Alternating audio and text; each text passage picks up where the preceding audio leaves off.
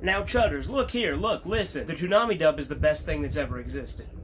The name changes they've made, changing names like Piccolo to Big Green, changing Goku to Zero, and Krillin to Infinite Hands, all great stuff. The subtle changes and nuances are what make it worth watching compared to the original. In fact, a lot of the dialogue choices in general that they change are better. Like, for instance, when Goku's on Snake Way and says, "I'm hungry, isn't there anything to eat?" And then in the dub, he says, "I'm so hungry, ain't there a place a guy can get a burger around here?" Overall, it's just worth watching, and superior in every way to anything else. The newer dubs are too mainstream, and the Japanese has Goku voiced by an old woman. Enough said. All of the fact that there's only like one voice actor who does like all the old bastard voice, great stuff. Best thing ever. It has such impactful lines such as "Let that boy alone" and "Did he say?" And overall, it's just definitely worth watching, and I highly recommend it. Seriously, dude, buy them, now. They're the only thing worth watching. Do it. Buy them. So the Devilman audio drama, also known as Devilman Night Before Armageddon, or simply Devilman Armageddon, adapts the last couple of chapters of the Devilman manga leading up to the confrontation with Satan, and in fact even including the confrontation with Satan, and having a few flashbacks sprinkled in throughout it. Devilman Armageddon is a really good audio drama. It was first released with the Legends of Devilman CD.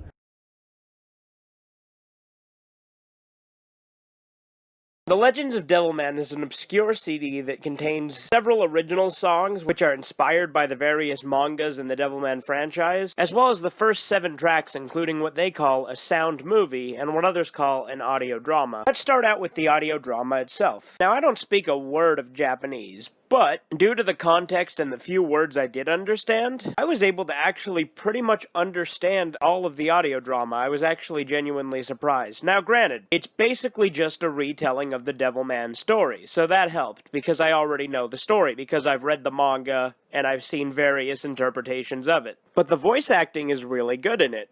It also has a very good soundtrack that plays during it, and a good ambience with lots of cool sound effects, creepy atmosphere. They did a really good job with it.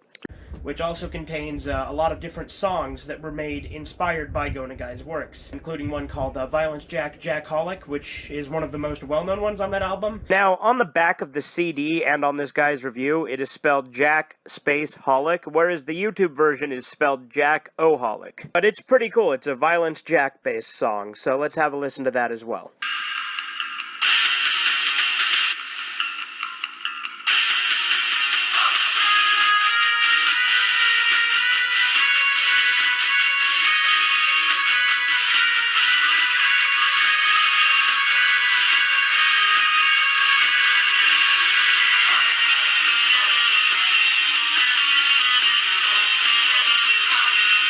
As well as remixes of both Devilman no Yuta and Kyo Madokaka de Devilman. And it sounds really weird when I say that second one. I never feel right anyway pronouncing it, so I kind of went half and half there with the Japanese and the English, so forgive me on that one. But Devilman Armageddon, or the Devilman audiobook, was also later included with the Discotheque re-release of the Devilman OVA 2 episodes.